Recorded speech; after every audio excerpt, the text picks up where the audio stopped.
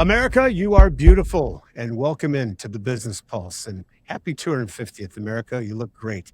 I'm Chuck Barham. Rod Martin is on assignment, and I'm joined by our normal guest, Dean Owen. Dean Owen, welcome into the Business Pulse, bud. Thank you. Thank you. How was your 250th? I know a lot of parties happened over the weekend. It was glorious to see in my social media feeds. Kevin James was everywhere. Whitney Houston was everywhere. A lot of red, white, and blue everywhere. Leonard Skinnard got their due across my social media feed with Freebird. How was Mr. Owen and his family's 250th? Friday morning, we took an early shot to go see George Washington, young George Washington. Awesome movie. Got to go take the kids to see that. Saturday, we just kind of hung out together, my wife and I. Sunday, we've got adopted family that we go do stuff with, so we hung out with them and just celebrated America. Just good old fellowship, break bread together, and tell stories and just have fun. Absolutely. It was beautiful to see the celebration that President Trump and his team put together across Washington, D.C. Just absolutely glorious to see. In America, I think we got an injection of patriotism again, and hopefully it holds true and people continue to fly the red, white, and blue.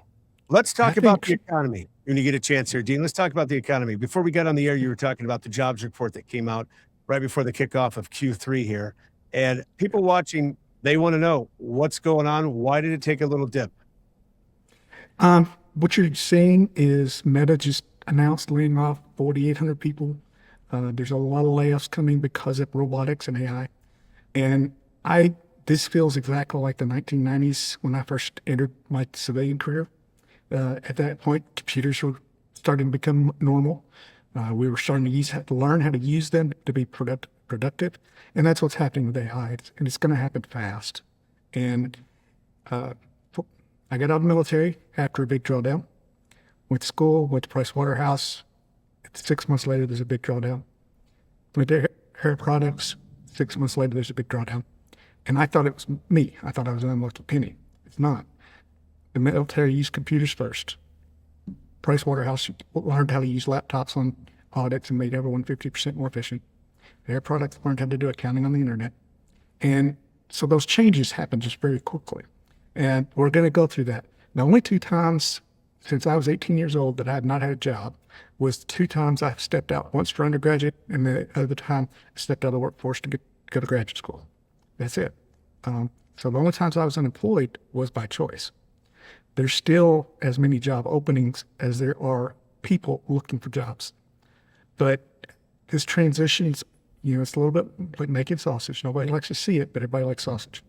And that's what we're going through right now. We're coming out to this one bar bet on the other side. This may change the bond market's perception of interest rates. And, because the Fed has dual mandate, keep inflation down and keep employment up. And if employment appears to be cracking, then that may put pressure on them to get rates where they ought to be already. I noted this morning, inflation rate is 1.81%. Oil stepped back up above 70. It got down to about $68. Now it's back to 72. Okay, we can absorb those things. One of the things that's important to remember is, unlike other periods of time, we do not spend anywhere near as much of our money on a percentage basis on fuel and heat. We don't do it. So our cars are far more efficient than they used to be. Our homes are far more efficient. So that means we don't spend as much money as we used to. So we have more discretionary money in our budgets today than we did, say, in the early 70s. So that's how this economy is absorbing this. It's not fun. We all wish it were different, but it's not catastrophe. It's not catastrophic. It's a transition. And, I do a little bit of house flipping on the side. And before you go into a house that's maybe old, outdated, and make it new, first you got to have some destruction. You got to take some stuff out. And our economy goes through very similar stages. We got to get those companies that have excess employees and they bloated themselves up during the COVID era, and now they got to get right. This is going to be good for markets. As these companies lay people off, they're going to be far more profitable. And of course, markets are driven by the long-term profitabilities of the underlying companies. So I feel very good about our investment landscape. But I feel very good about America's employment landscape. It's just we're making sausage right now. Understood. Another thing that kicked in over the 4th of July weekend and America's turned 50th birthday, and thank you for that insight, Dean. Most people aren't in depth and paying attention as closely as you are. And I can go back and watch some of our older episodes, and you guys were talking about exactly this thing happening potentially right around the 4th of July with the jobs report coming into Q3. But one of the things that happened, and I got an alert via email and text message, is the Trump accounts. Walk me through what these are, what it means. I've got 2 kids under the age of 18. What does it mean? How do I do it? And is it good for me and my family? Yes, generally speaking, especially if you've had a child in 25 to 28. That's free money. There's $1,000 from the government. There's been over 500,000 children on to get $1,000. If you live in an area where the average income is less than $150,000 per household, the Dell Foundation is going to put another $250 in that kid's account. You can put in up to $5,000 a year. Now, if you're not kids, let's say your kid's 10 years old, you can still open it and fund it with up to $5,000. They see that invested. It's going to make a generation of investors that we normally don't have. They're going to watch markets. They're going to understand it because it's their money. And that's going to be very good for the financial literacy of this country, which we need a lot of. So, but you got to coordinate them with the 529 plans, with traditional Roth IRAs, and figure out what's best in your situation. So the form you use is Form 4547. Imagine the irony of that.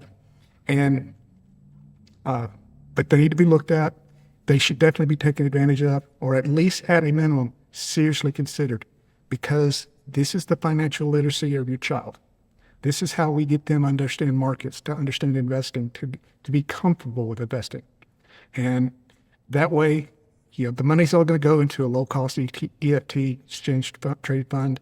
So after it gets a little bigger, they can move money around. They can transfer it to something more broad-based investment options. But yes, this is something you need to do.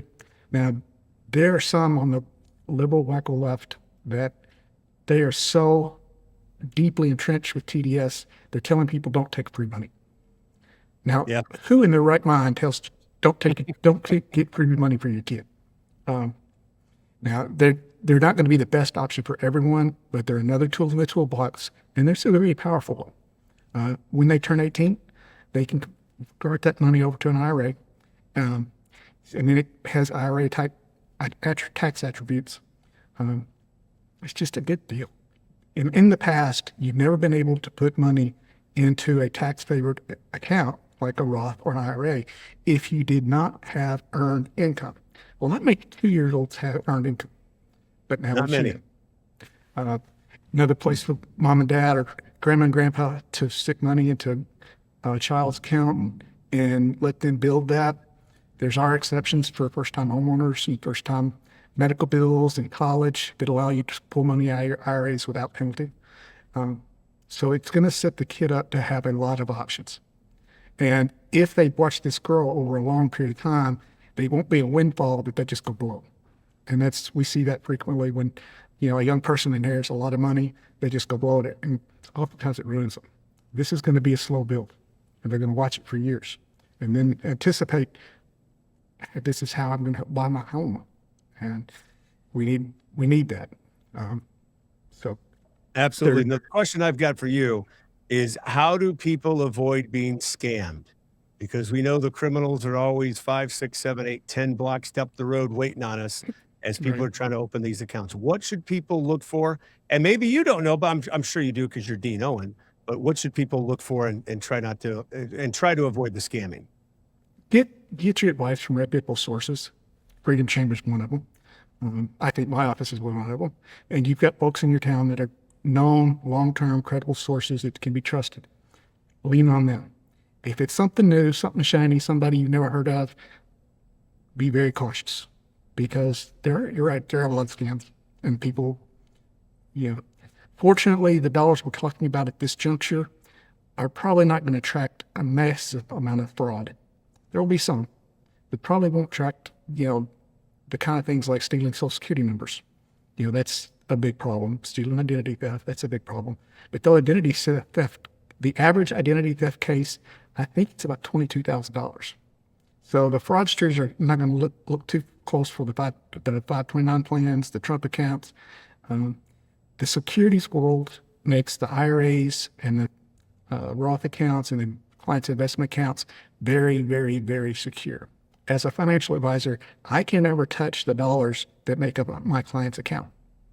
I can manage it, and I can have someone else touch them and do what I tell them to with it, but I can't touch it.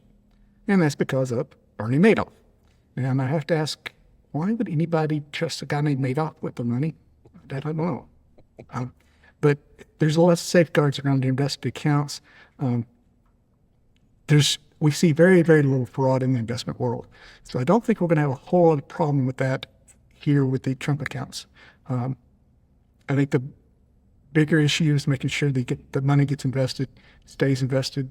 Don't get scared of the market because it drops. We drop an average of 10% once a year, 5% 2 or 3 times a year. It's just the normal process of the climbing the ladder. You 3 steps forward, 1 step back, 3 steps forward, 1 step back. And that's about the ratio too. About 72% of the time, markets will be up. 30% of the time, markets will be down. And that's enough. Because I remember when I was young and just starting my career 35 years ago, I remember the market at 800 points.